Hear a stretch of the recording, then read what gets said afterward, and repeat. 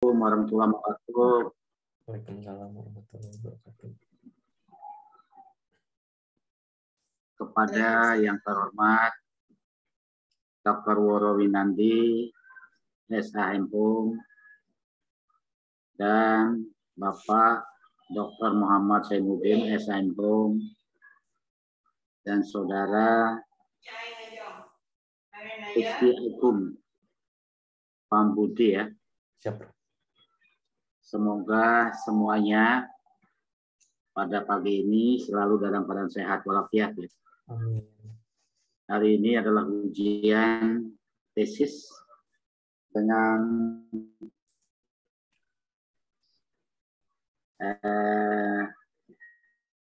mahasiswa Rizky Agung Pambudi ya. Siap. Nah, sebelum dilakukan suatu penilaian atau pertanyaan dari tim penguji, silakan Saudara Rizky Agung Pambudi untuk mempresentasikan tesis ini kurang lebih 10 menit ya. Baik, Prof. Silakan.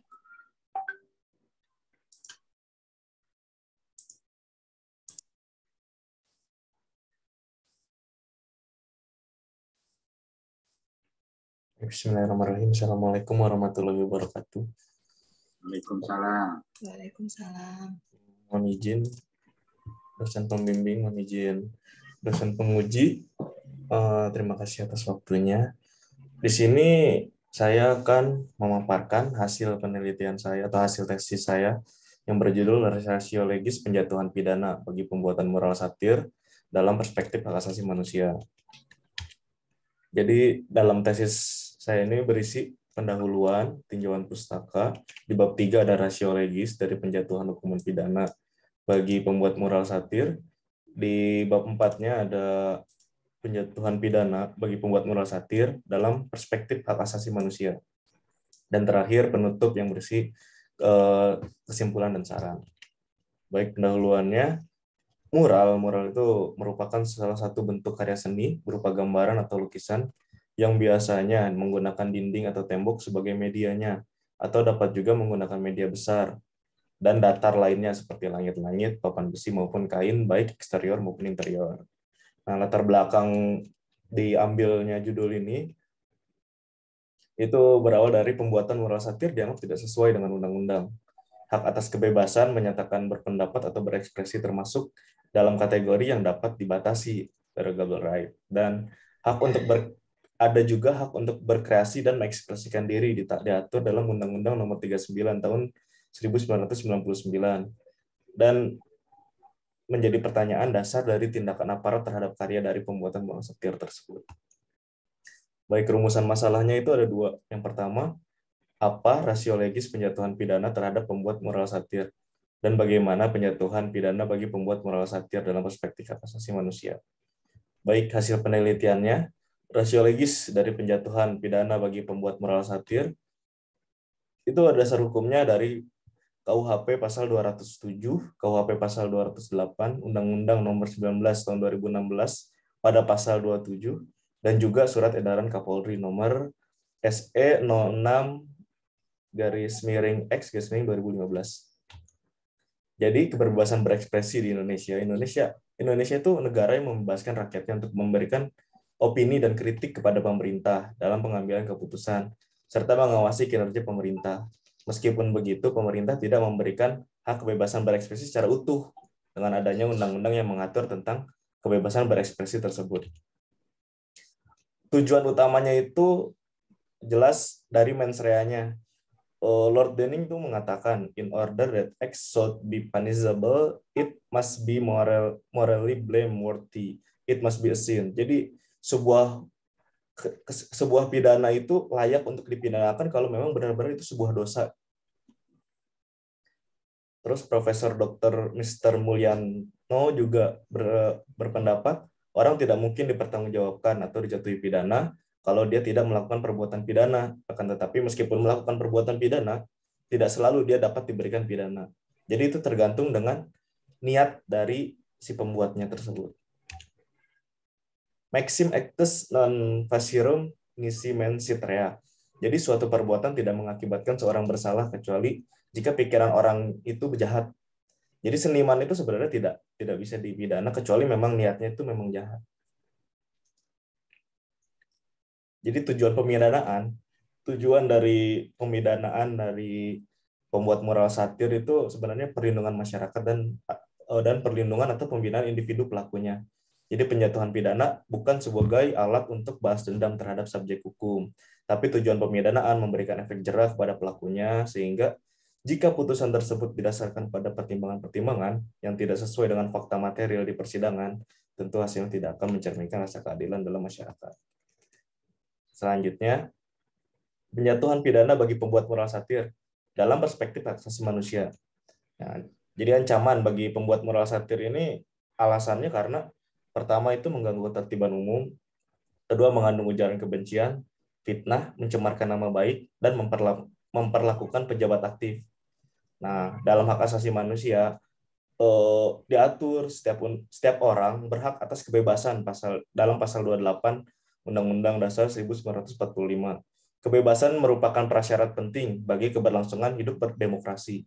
Tetapi kebebasan tersebut perlu memberikan perlindungan terhadap individu lain, sehingga sebuah entitas yang bebas dan merdeka serta tidak terbelenggu oleh tirani keotoritariatan, menurut Kirsty Ahlgren dalam karyanya Freedom of Artistic Expression. Terdapat batasan pada kebebasan berekspresi. Dalam artian, penyampaian ekspresi itu harus didasari dengan aturan yang telah dibuat oleh pemerintah berupa undang-undang atau surat edaran Kapolri. Pembatasan itu pada kebebasan ekspresi bertujuan untuk mencegah terjadinya hal-hal yang dianggap menebar kebencian sehingga tidak terjadi kekerasan atau konflik antara pihak satu dan pihak lainnya.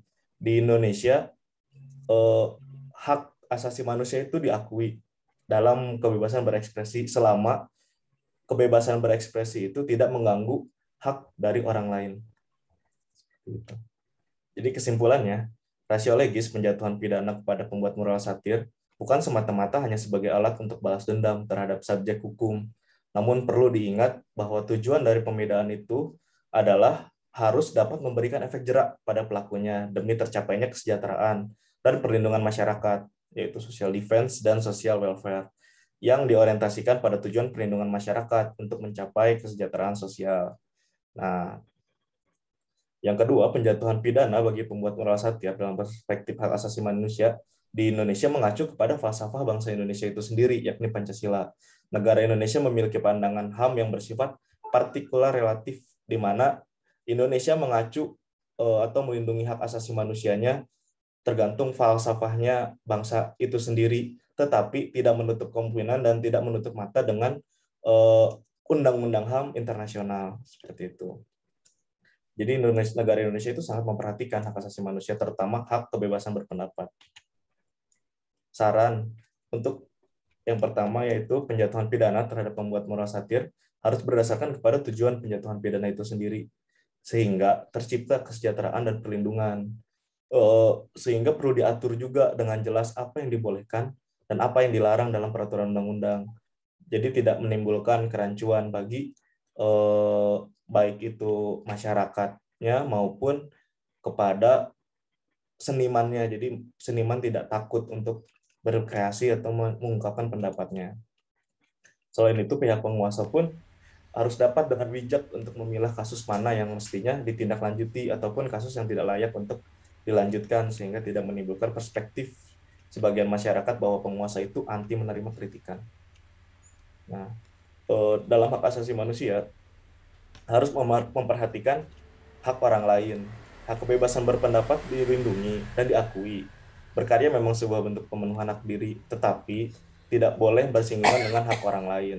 Karya yang berbau muatan permusuhan bukan saja dapat mencederai arti seni itu sendiri, tetapi bisa juga mencederai kerukunan dalam kehidupan berbangsa dan bernegara. Virtuous More Dream dan Failure Ever Will.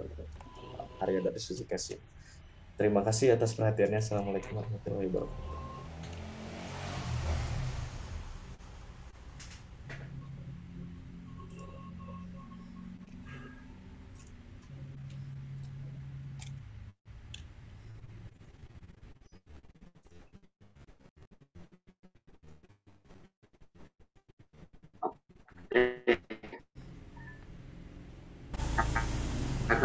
gangguan ini. Terima kasih saudara yang sudah menyampaikan rasiologis tindak pidana bagi pembuat mural satire dalam perspektif hak asasi manusia. Sekarang gilirannya penguji untuk mempertanyakan ataukah mengklarifikasi isi daripada tesis saudara Rizky. Sudah disiapkan ya Mas ya, Mas Rizky? Siap ya? Siap, Kak. Yang pertama, Zainuddin. Siap Pak, Zainuddin sehat Pak? Alhamdulillah saya sehat Prof. Mohon maaf saya terlambat Prof.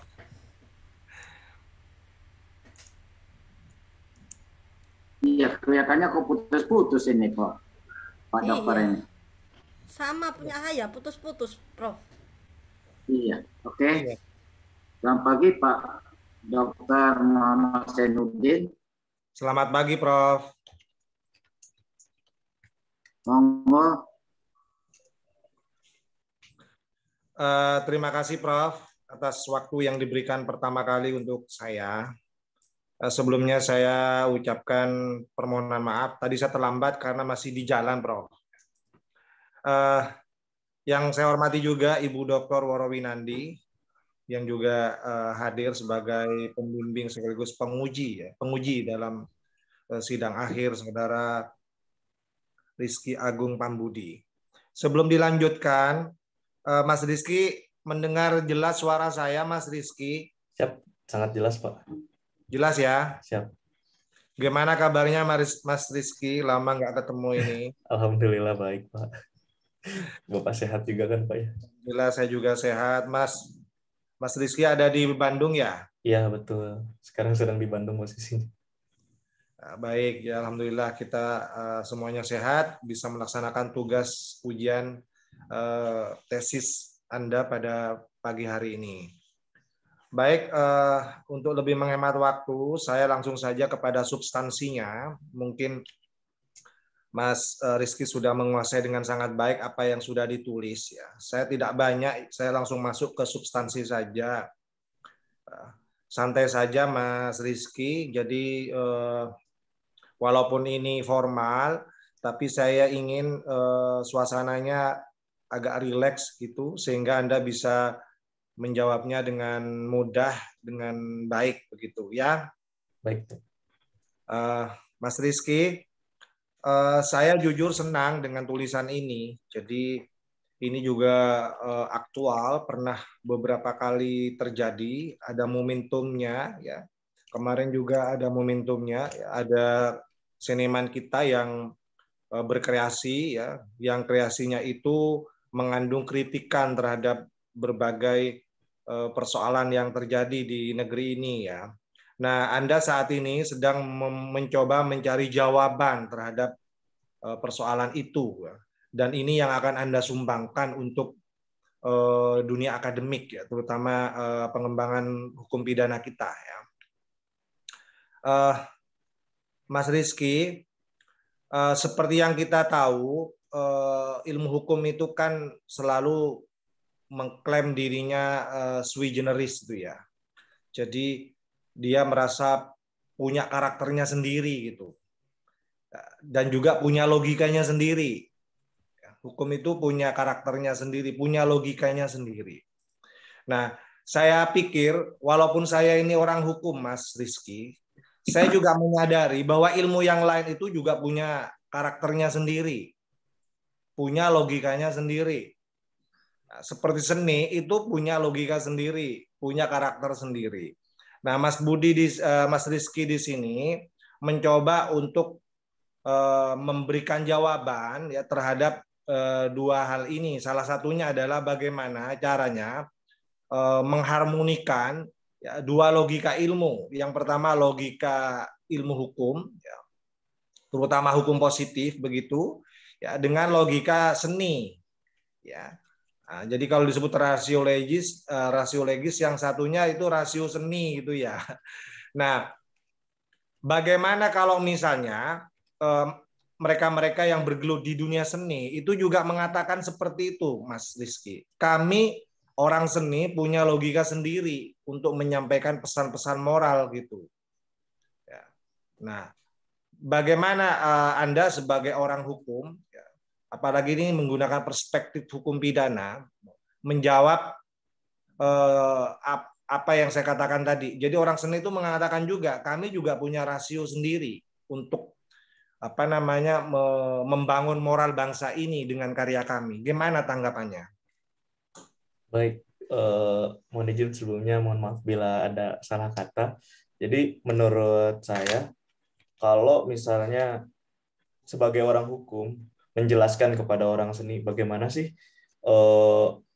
yang baik atau hal yang baik dalam berseni, dalam dalam membuat karya seni. Jadi selain dia memuaskan hasratnya dia akan seni, hasrat dia untuk berkarya, tentu kan dari sebuah karya seni itu pun dinikmati oleh orang lain. Tidak mungkin dia hanya berkarya untuk dirinya sendiri. Karena tujuan orang berkarya itu untuk dilihat oleh orang lain, untuk menunjukkan bahwa eksistensi dirinya sendiri terhadap seni tersebut. Nah, jikalau sebuah karya seni ini dapat melukai atau dapat merusak, membuat rasa tidak nyaman bagi penikmat seni sendiri, jadi kan tidak tercapai tujuan dari seni tersebut gitu. Sedangkan seni tersebut untuk memuaskan baik itu senimannya maupun penikmat seninya. Jadi perlu ada aturan yang jelas, tahapan-tahapan yang jelas, mana sih seni yang boleh, mana sih seni yang sekiranya dapat mencederai hakikat seni itu tersendiri. Nah, di situ posisinya ruang untuk orang seperti orang yang berpandangan dengan hukum untuk membuat langkah-langkah atau membuat jalurnya sendiri gitu agar seni itu dapat dinikmati oleh sebuah kalangan, seperti itu, Pak. Baik, terima kasih jawabannya ya, Mas Rizky. Bagus sekali jawabannya. Yang kedua, kita lanjut yang kedua. Apakah peraturan perundang-undangan kita ya, itu sudah mampu memahami logika-logika seni? Artinya apa? Ketika undang-undang itu dibentuk, ya, apakah itu sudah mampu gitu? Terutama hukum positif yang kita gunakan sekarang, yang kita gunakan untuk memahami persoalan seni, maksud saya ya, persoalan karya seni. Apakah menurut Mas Rizky itu sudah mampu memahami logika-logika seni? Oh, baik, menurut saya undang-undang yang ada ini sudah cukup baik untuk mengakomodir langkah-langkah dari orang berkarya gitu. Akan tetapi ada beberapa orang yang menggunakan hukum yang ada di Indonesia ini seperti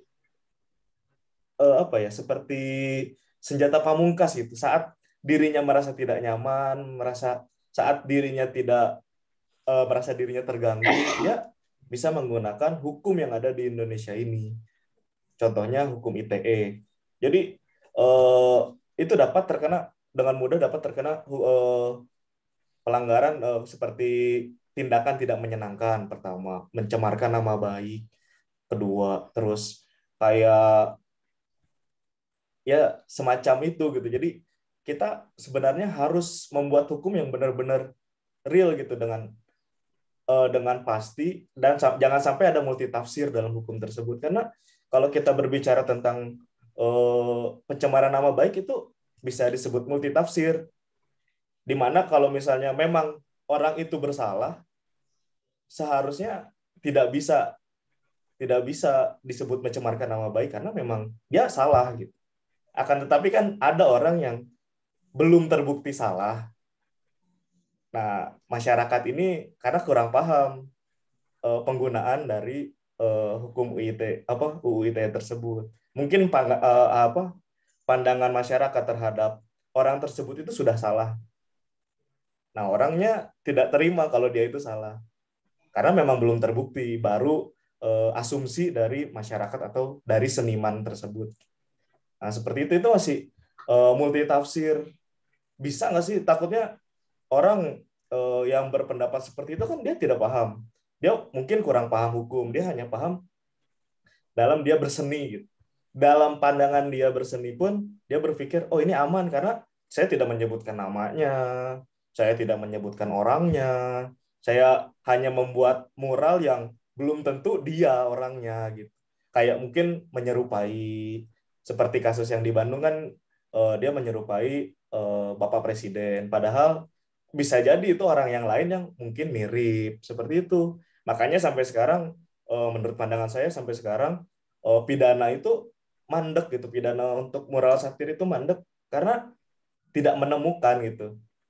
Benar nggak memang niatnya ini untuk menjatuhkan Bapak Presiden atau memang seperti apa memang untuk menghina Bapak Presiden atau memang hanya sekedar untuk rasa kepuasan dari senimannya sendiri gitu. Merasa oh dengan saya menyampaikan pendapat seperti ini masyarakat ada nggak yang sependapat dengan saya seperti itu, Pak. Jadi memang hukumnya harus lebih konkret lagi, jangan sampai ada multitafsir sehingga nanti ada orang yang terlanjur pintar dengan pembahasan hukumnya, dia bisa menggunakan hukum itu sesuka dia gitu. Seperti itu. Kasihan untuk masyarakat awam yang memang kurang paham, dan LBH pun harus bisa mendukung di sana gitu. Masyarakat umum ini perlu didukung. Masyarakat yang kurang paham akan hukum ini perlu diperingatkan seperti itu. Nah, itu yang saya maksud tadi, Mas Rizky ya. Jadi kita khawatir ada tafsir yang tidak objektif ya. Artinya hukum itu digunakan itu ya untuk tanda petik dalam bahasa mereka yang tidak mau ya dibungkam itu dengan istilah membungkam. Jadi ada pihak-pihak yang menggunakan hukum untuk membungkam kritik itu ya, walaupun itu dilakukan dengan karya seni gitu. Nah, makanya Mas Rizky, kita nggak bisa menghindari yang Anda sebut tadi dengan istilah multitafsir ya. Kenapa? Karena kan hukum itu kan tidak bisa berbicara sendiri. Ya. Jadi hukum, teks-teks hukum, teks undang-undang itu kan tidak bisa berbicara sendiri. Untuk bisa berbicara itu harus ditafsirkan. Dan yang menafsirkan itu orang dengan konteks kepentingannya masing-masing, dengan konteks sosialnya masing-masing, ya kan? Sama seni juga begitu. Ya mungkin niatnya baik, ya kan? Niatnya baik, dia ingin membangun moral bangsa, iya kan?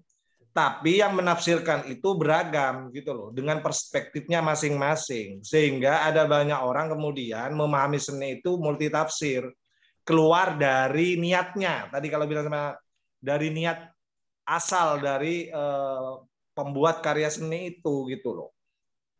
Makanya kemudian multitafsir juga gitu, sama-sama multitafsir ya kan.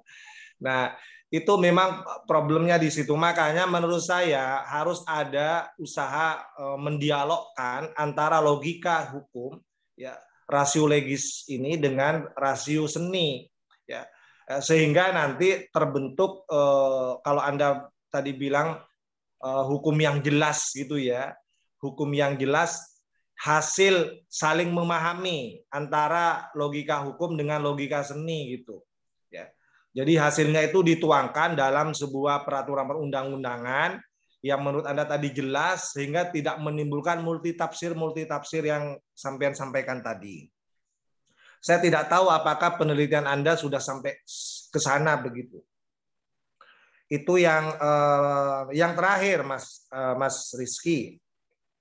Yang terakhir, novelty-nya apa? Apa nama novelty itu?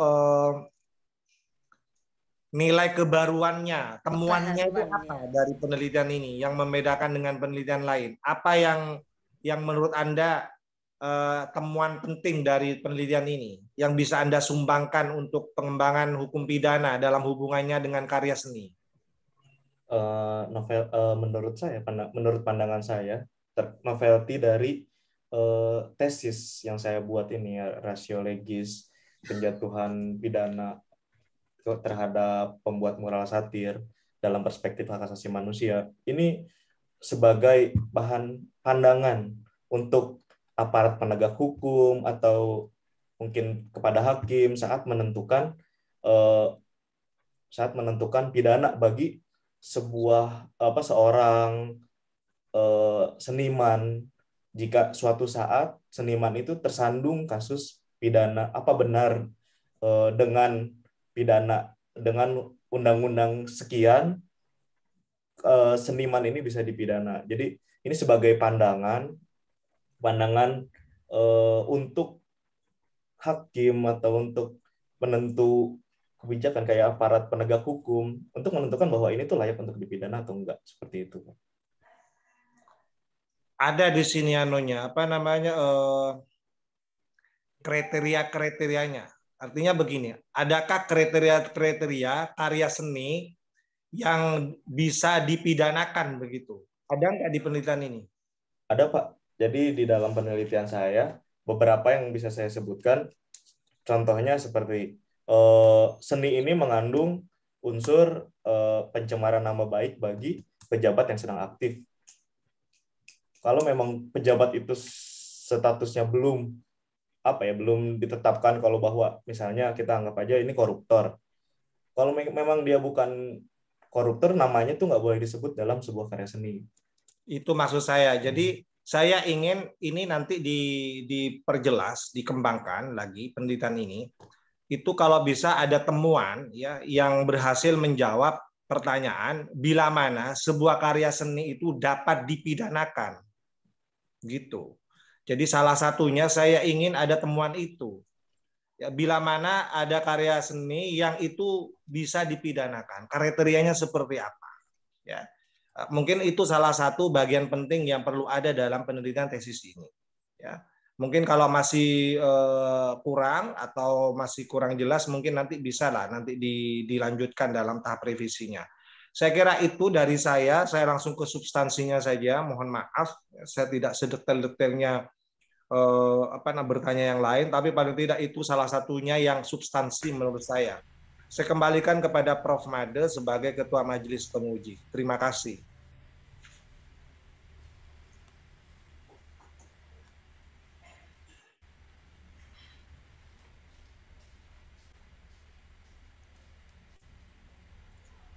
Prof. Made bisa mendengar suara kami, Prof?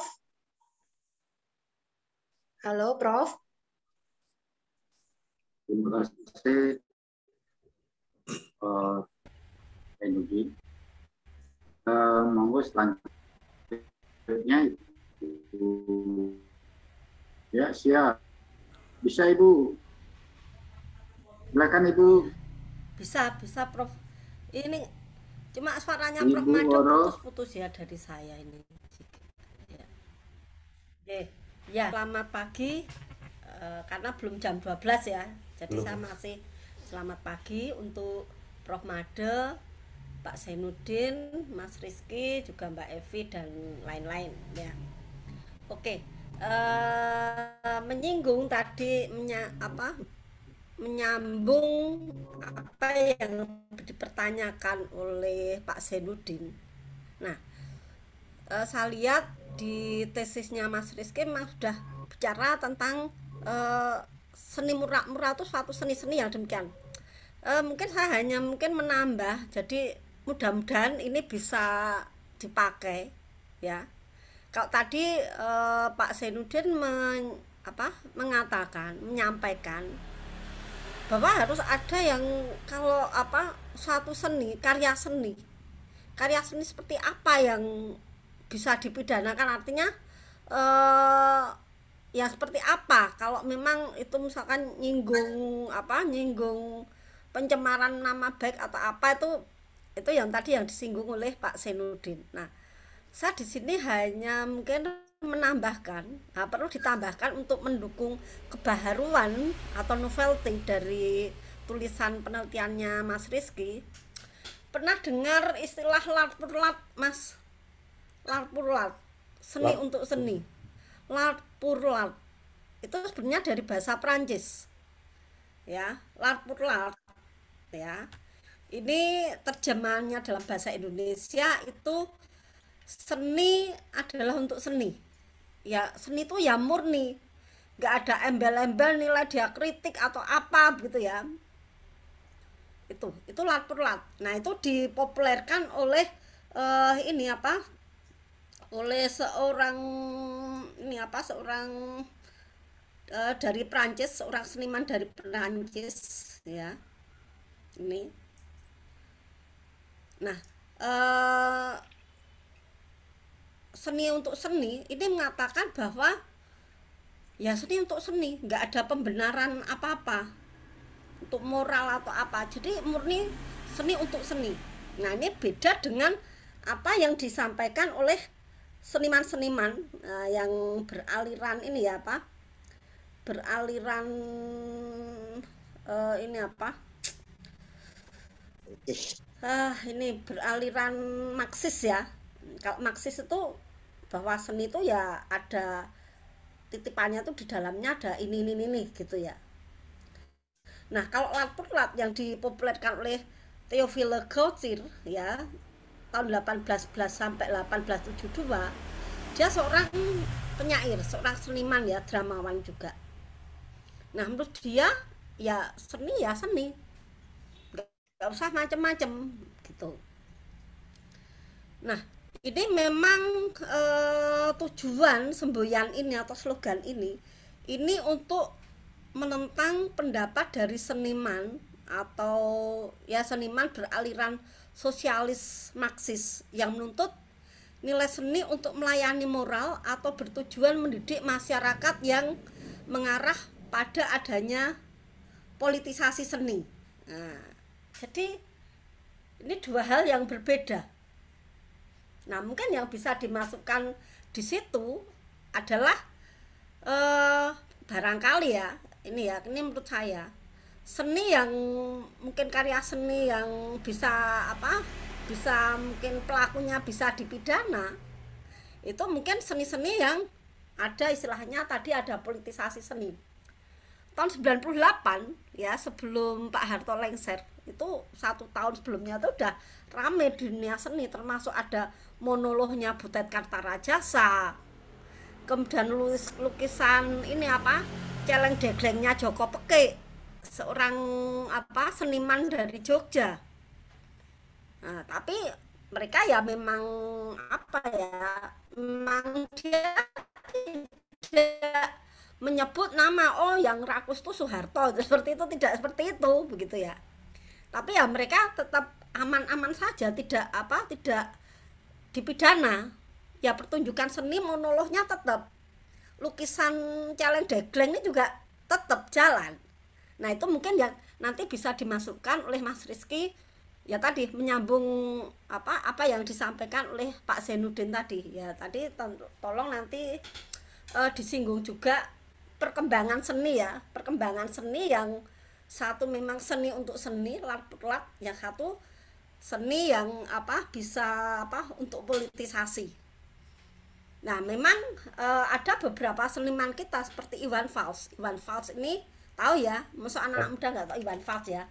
Iwan Fals ini memang latar belakangnya kolumnis, sehingga lagu-lagu yang dia nyanyikan dan syair-syair yang dia tulis itu ya istilahnya very very kolose ya, jadi nyinggung-nyinggung gitu ya, nyinggung-nyinggung seperti itu. Nah, memang akhirnya ada beberapa buah lagu yang di era Orde Baru itu lagunya Iwan Fals ini yang dicekal, jadi kalau dia manggung nggak boleh nyanyi lagu itu gitu, seperti itu. Nah, ini mungkin sebagai pembanding ya, karena ini yang ditulis oleh Mas Rizky kan terkait dengan seni ya, makanya itu nanti bisa untuk pembanding seni seperti ini.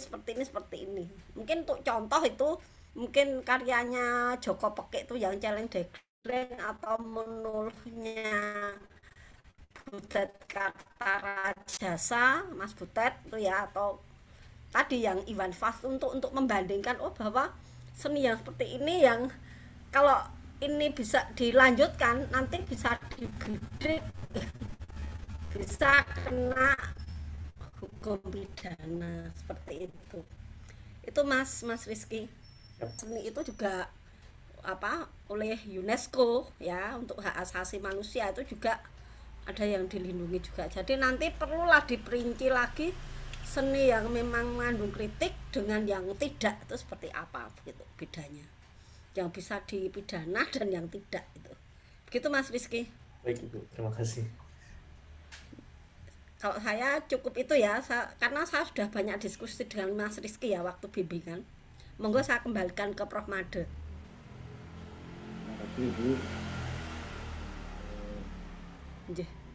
Sekarang giliran saya ini.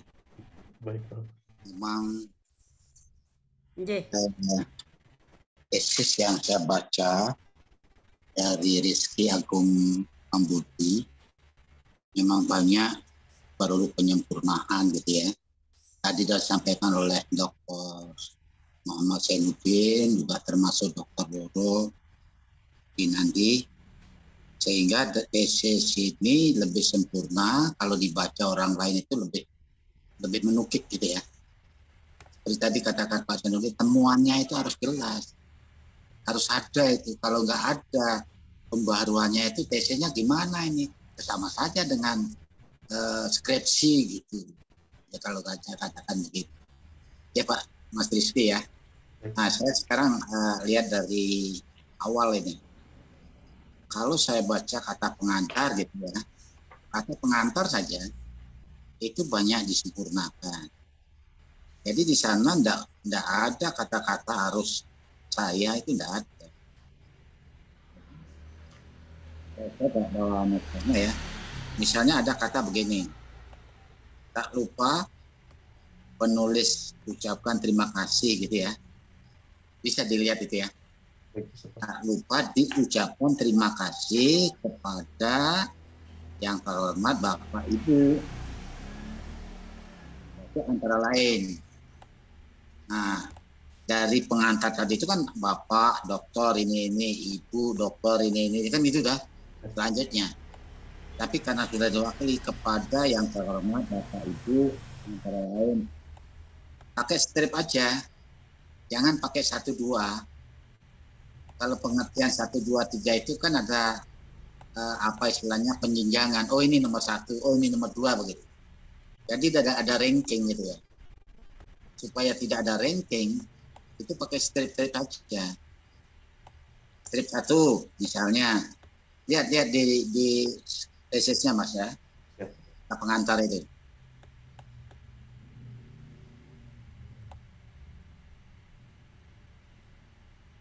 Tak lupa, saya ucapkan penulis itu saya lupa, sebaiknya tak lupa diucapkan terima kasih kepada yang terhormat Bapak Ibu.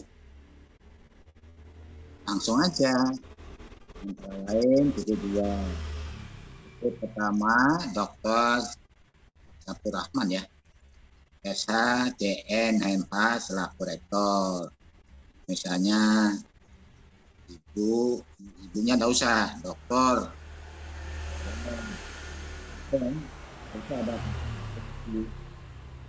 Dan di dalamnya itu ada ucapan terima kasih kepada diri saya sendiri. Itu kan masa ucapan terima kasih pada dirinya sendiri gitu. Itu kan lucu itu. Ya, ada enggak itu? Ada nomor 7. Jadi bawah-bawah itu nomor berapa saya lupa itu. Jadi ucapan terima kasih kepada diri saya sendiri itu enggak usah. Baik. Tanya Mas Rizky ini udah bujangan apa sudah berkeluarga? Masih bujangan, Prof. Bujangan ya. Iya. Ya minimal ucapan terima kasih pada pacarnya lah, siapa namanya begitu. Siapa tahu lebih melekat lagi begitu. Ya. Iya, siap. Pada diri sendiri. Gitu. Kemudian saya lihat lagi ya dah pada bab 2. Bab 2 itu ada tinjauan pustaka. Ya. Iya, ada. Tinjauan pustaka itu bukan bab itu. Maksudnya tinjauan pustaka itu menyangkut pada materi yang ada di bawahnya. Kalau nggak salah materi di bawahnya itu adalah berkaitan dengan moral, satire dalam hukum pidana dan hak asasi manusia gitu ya. Jadi tinjauan pustaka itu mengcover 2 subbab itu. Menurut saya ini, nggak tahu nanti di sana menurut buku pedoman sana seperti itu. Jadi tinjauan pustaka menurut analisa saya itu apa yang Anda buat dalam sub-sub itu buat dalam satu bab. Nah, nanti dipikirkan tuh Mas ya. Terus pendekatan masalah misalnya. Tadi sudah disinggung oleh Bu Woro juga Bu Zainuddin. Di samping teori-teori yang dimunculkan oleh Rizky dalam rangka untuk visuanalisis menjawab masalah yang dikemukakan. Dengan ini juga memakai pendekatan masalah. Pendekatan masalah itu halaman 7 ya. Ya, betul. Ada namanya pendekatan perundang-undangan, kasus. Nah, kasus itu yang bagaimana? Tadi disinggung tadi oleh Bu Woro itu ada kasus yang bisa dipidana, ada kasus yang tidak ada dampak, hanya seni untuk seni. Itu dimasukkan di dalamnya. Nah, peraturan perundang-undangan terkait dengan disertasi ini undang-undang mana ini? Pasal berapa? Sehingga orang itu bisa dipidana ataukah bertentangan dengan hak asasi manusia. Itu masuk di dalam pendekatan peraturan perundang-undangan. Syukur-syukur Mas Rizky ini bisa, kalau nggak salah ada pendekatan perbandingan ya? Ada, Bro. Ada ya? Ada.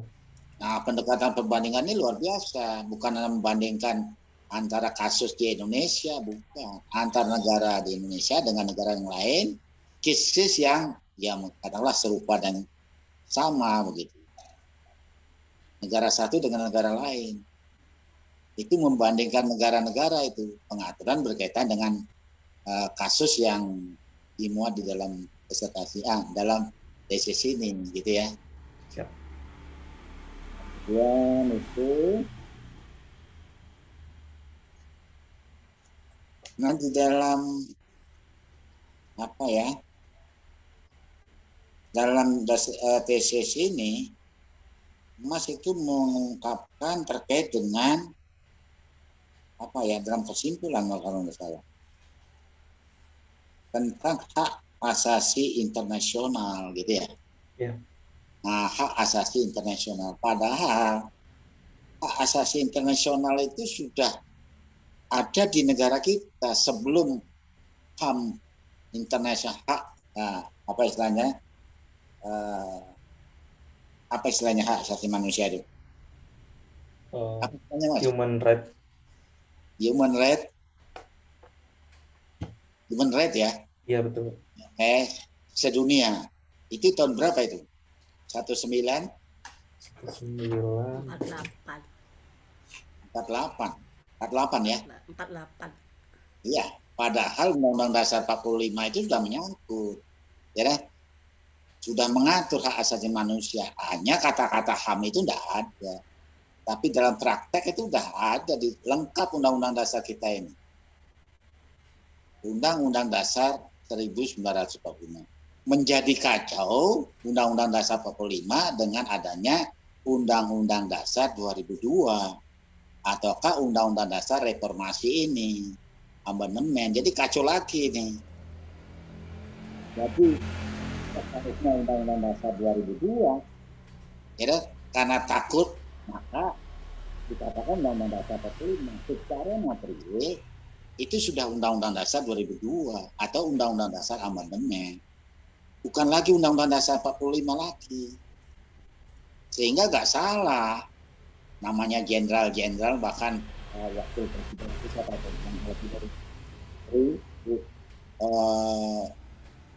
Jenderal Tri siapa? Pak Tri. Wakil presiden Jawa Timur. Trisno. Nah, Trisno dia juga mengungkapkan Ini Undang-Undang Dasar 45 yang sekarang ini, yang amandemen ini perlu ditinjau kembali. Ya, Jenderal Pulung, beberapa jenderal merasa tertipu dengan berlakunya Undang-Undang Dasar 2002 dan Undang-Undang Dasar amandemen ini, kebablasan. Ya, itu. Sehingga kita jangan terkecoh bahwa HAM internasional itu lebih hebat. HAM kita di dalam Undang-Undang Dasar itu lebih hebat. Berlakunya tahun 1945. Oke ya, itu. Kemudian saya masuk ke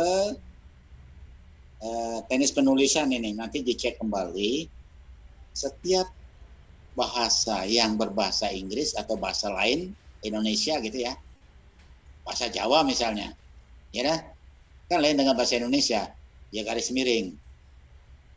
Ya, bahasa Inggris garis miring. Tadi berkaitan dengan bahasa Italia misalnya, garis miring. Ya Mas ya. Oh. Kemudian urutannya dalam pustaka, dapat pustaka lebih memudahkan. Itu yang pertama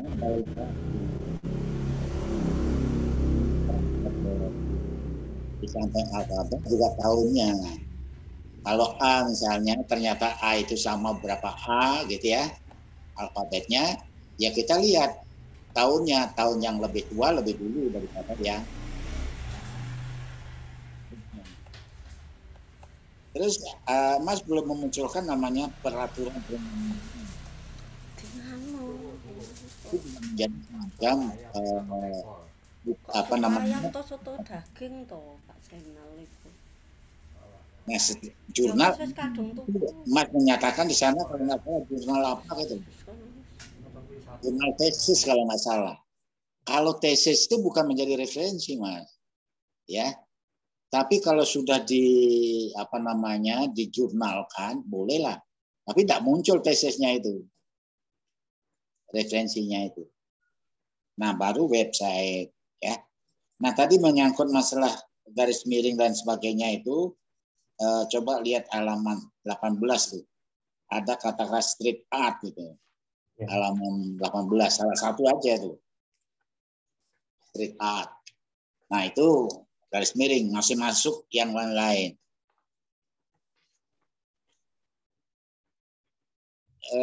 Kemudian berkaitan dengan bagaimana enaknya memadukan antara seni dan hukum begitu ya. Kalau nggak salah gitu ya. Ya. Memadukan itu. Jadi Mas Rizky ini harus mengacu pada istilah pre-head Gebundenheit.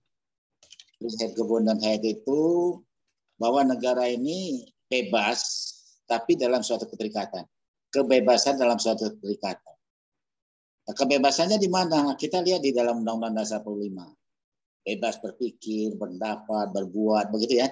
Salah satu pasalnya kan ada begitu mengatakan. Bebas. Tapi jangan lupa, dalam pembukaan Undang-Undang Dasar 45, mengatur juga negara Indonesia adalah negara hukum. Hukum yang mana? Ya hukum positif itu. Jadi orang seni, bolehlah seni. Tapi kalau menyangkut permasalahan dengan hukum, ya juga masalah hukum yang berlaku. Hukum berlaku pada setiap orang, siapapun. Ya, tidak memandang bulu hukum itu. Maka harus diperlakukan. Jadi Mas harus memunculkan kebebasannya di mana, mengaturnya di mana. Itu nanti ditambahi begitu ya kalau belum ada. Tapi kalau sudah ada ya saya tidak mungkin saya baca per halaman, Mas. Ya dah. Saya lihat dalam gininya itu mestinya ada ringkasan kecil. Ya. Belum muncul di dalamnya itu. Ringkasan kecil artinya saya membaca ringkasan, oh ini loh alur pikirnya gitu. Nah, kalau saya baca setiap halaman itu tim penguji nanti bisa kacamatanya bertambah dan bertambah gitu. Ya dah. Di samping itu bisa virus semua dosen-dosen penguji. Oke ya Mas Rizky. Baik. Terima kasih, Bro. Kalau judul ini memang lagi up itu ya, bagus. Hanya bagaimanapun namanya tesis harus ilmiah gitu ya. Jadi alur pikirnya harus jelas dari awal sampai akhir ya. Nah, lihat kesimpulannya belum menjawab secara to the point. To the point. Jadi nggak usah panjang lebar. Rasio legis langsung tembak saja begitu ya. Tidak usah lagi apa istilahnya ngalor ngidul, nggak usah. To the point. Kesimpulannya kepada siapa? Nah, saya ulang, rekomendasinya atau saran kepada siapa? Pemerintah atau pembuat undang-undang atau siapa? Nah, itu belum jelas juga. Ya, nanti dipertajam lah. Tapi saya senang ada ini sudah masuk ke ujian terbuka ya. Ujian ya terbuka lah. Tesis itu ya. Kalau S3 ya terbuka ya. Kalau sini ujian akhir tesis ya. Saya rasa cukup. Saya kembalikan kepada panitia. Ada masukan Bu Woro atau Bapak Zainuddin? Cukup, Prof. Cukup ya, Bu Woro. Cukup. Masukan nanti untuk di daftar pustakanya Mas Rizky, tolong nanti di belakang nama penulis, bentar ya, saya contohkan ya, di belakang nama penulis ini misalkan ya,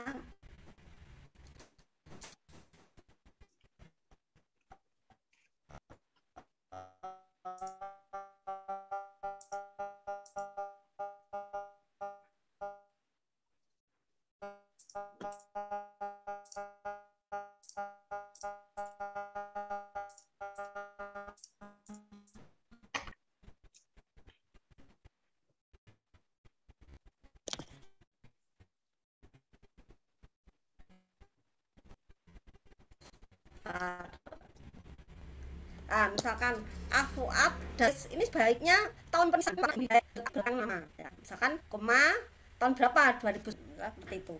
Begitu Mas Rizky ya dari saya ya. Jadi untuk melihat update-nya ya, update-nya ini tahun berapa ya, itu lebih baik tuh diletakkan di belakang nama penulis. Itu.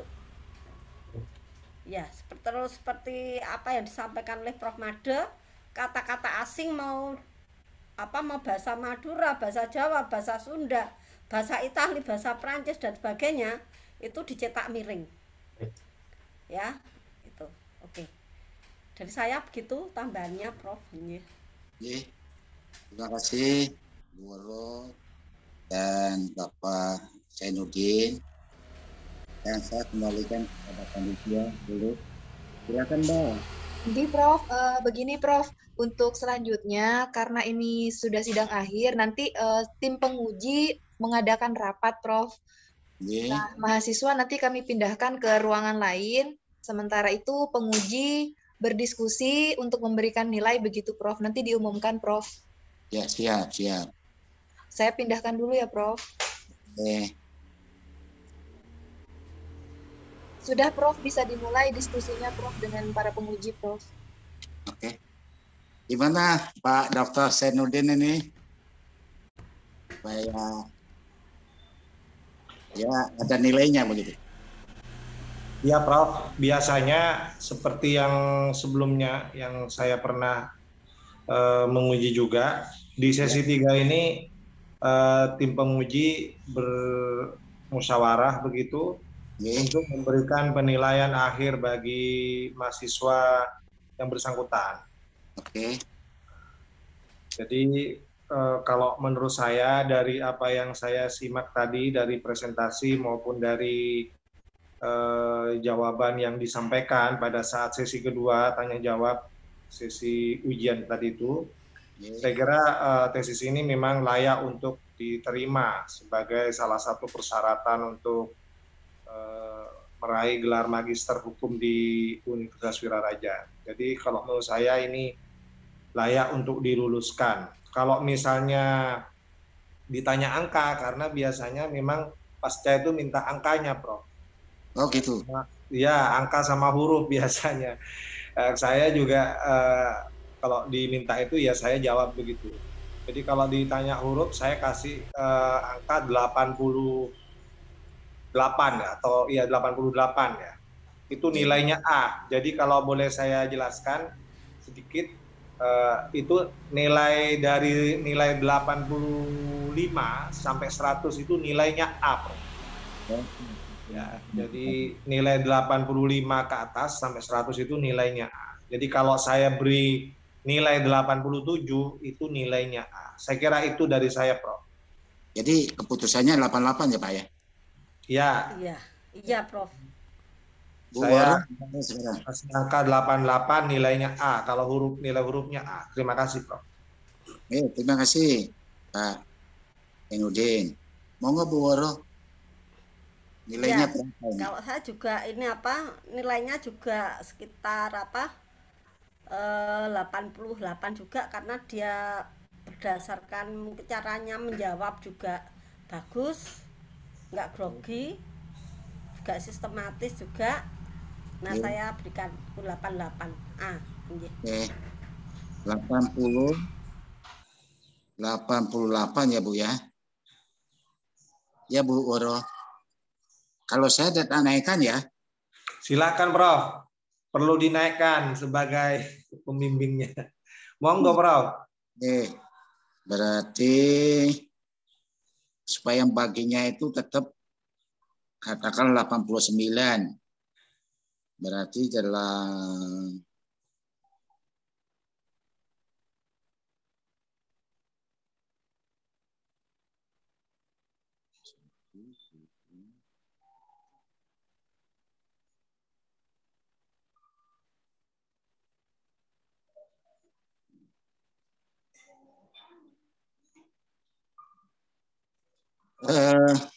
kalau saya misalnya naikkan 92 sehingga rata-ratanya 89. Gimana Pak?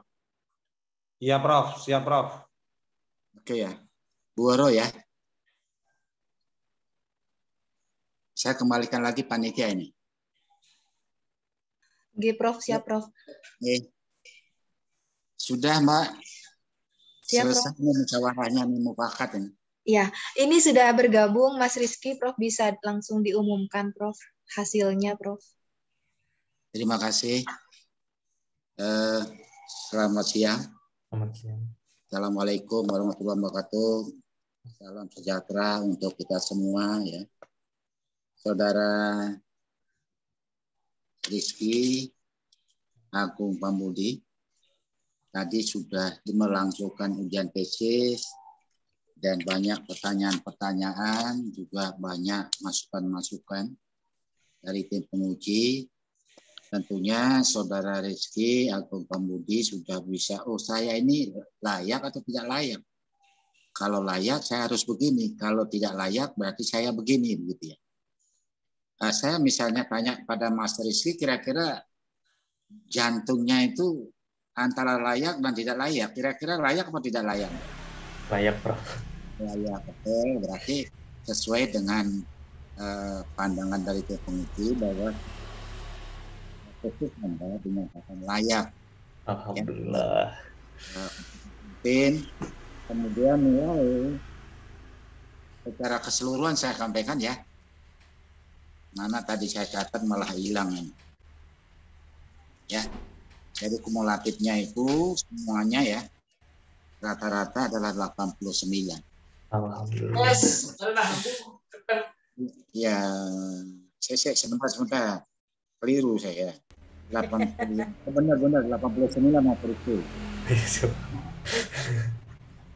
Selamat kepada Mas Rizky. Ya, terima kasih kepada Dr. Zainuddin dan Dr. Woro atas kerjasamanya. Mas Rizky, silakan saya kasih waktu ke Saudara Rizky untuk komentar. Siap. Sebelumnya saya berterima kasih banyak kepada Profesor Wade Warka sama Bu Woro yang selalu ngebimbing saya setiap saya butuh masukan, selalu memberikan masukan dan bimbingan arahan pada penulisan ini. Saya berterima kasih banyak. Ditambah lagi jarak saya yang nggak selamanya saya di Sumeneb, harus keluar kota, tapi Bu Woro dan Prof Made selalu memberikan semangat sama memberikan bimbingan terus kepada penulisan tanpa ada masukan dari Prof. Made dan Bu Woro, saya mungkin tidak bisa selesai menulis ini. Terus Dr. Zainuddin masukan ya, itu. Terima kasih juga masukan Dr. Zainuddin dari waktu saya sempro juga menjadi waktu proposal, seminar proposal itu jadi masukan saya untuk begini loh arahnya gitu. Jadi menggambarkan ya harus seperti ini penulisannya. Saya terima kasih banyak untuk dosen penguji sama Mbak Evi juga, terima kasih banyak yang udah banyak ngebantu saya selama ini, karena harus jarak jauh, kita kan kuliahnya jarak jauh, belum lagi saya setor tesisnya jarak jauh. Saya terima kasih banyak atas semuanya. Terima kasih. Ya, sekian. Assalamualaikum warahmatullahi wabarakatuh. Oke, cukup ya? Ya, cukup. Pak Zainuddin, ada masukan Pak Zainuddin? Untuk yang terakhir kali di penghujung sidang ini, saya ucapkan selamat untuk Mas Rizky ya, sudah sampai pada tahap akhir studi di program Magister Hukum Universitas Wiraraja. Jadi selamat, Anda sudah layak untuk mendapatkan gelar Magister Hukum. Dan jangan lupa, seperti yang disampaikan oleh Prof. Made tadi, ya, tadi saya dengar Mas Rizky belum ini ya, belum punya pasangan ya? Belum. Mungkin untuk selanjutnya setelah jadi magister hukum itu juga perlu diperhatikan, Mas Rizky. Baik Pak. Saya semakin sempurna kehidupan Anda begitu ya.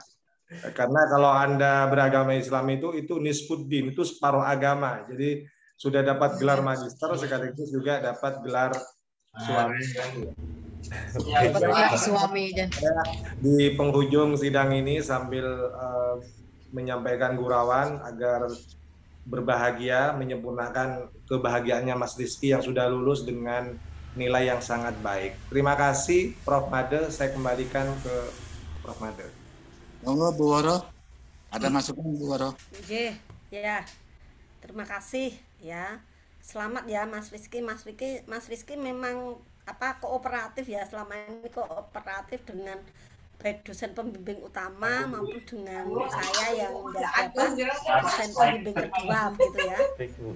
Jadi terima kasih juga ya. Hanya bisa berdoa semoga sukses di langkah selanjutnya. Siapa tahu nanti bisa ke jenjang selanjutnya, syukur-syukur bisa S3 ya. Doa saya. Karena bagus ya untuk bisa lanjut lagi. Jadi ya pesan saya tetap teruslah walaupun kuliahnya sudah selesai, untuk membaca itu lebih digiatkan lagi gitu. Itu Mas Rizky, dan jangan lupa tadi itu cari pasangan hidup. Siap Ibu. Jangan kalau saya dulu idealis sekali ya, selesaikan sekolah dulu baru nikah. Nah ini Anda harus ini. Kalau saya dulu masih idealis sekali, jadi kalau belum sekolah selesai belum nikah. Nah itu ya mungkin pemikiran perempuan sekarang begitu ya, karena rata-rata dulu teman saya S3 itu yang perempuan yang putri-putri itu ya rata-rata menikahnya setelah S3 selesai baru menikah gitu. Ya. Oke, terima kasih gitu Mas Rizky, sukses ya. Ya Ibu, terima kasih. Ya. Oke, saya kembalikan kepada Mbak Evi. Baik, terima kasih Prof. Made selaku Ketua Sidang, dan saya ucapkan juga terima kasih kepada Ibu Woro selaku penguji kedua sekaligus dosen pembimbing kedua, dan juga Bapak Dr. Zainuddin selaku penguji ketiga. Dan selamat sekali lagi saya ucapkan kepada Mas Rizky Agung atas gelar barunya. Saya ucapkan selamat dan terima kasih. Saya akhiri sidang akhir tesis pada kesempatan kali ini. Mohon izin undur diri. Sampai bertemu lagi di lain kesempatan. Assalamualaikum warahmatullahi wabarakatuh. Waalaikumsalam warahmatullahi wabarakatuh. Sudah ya.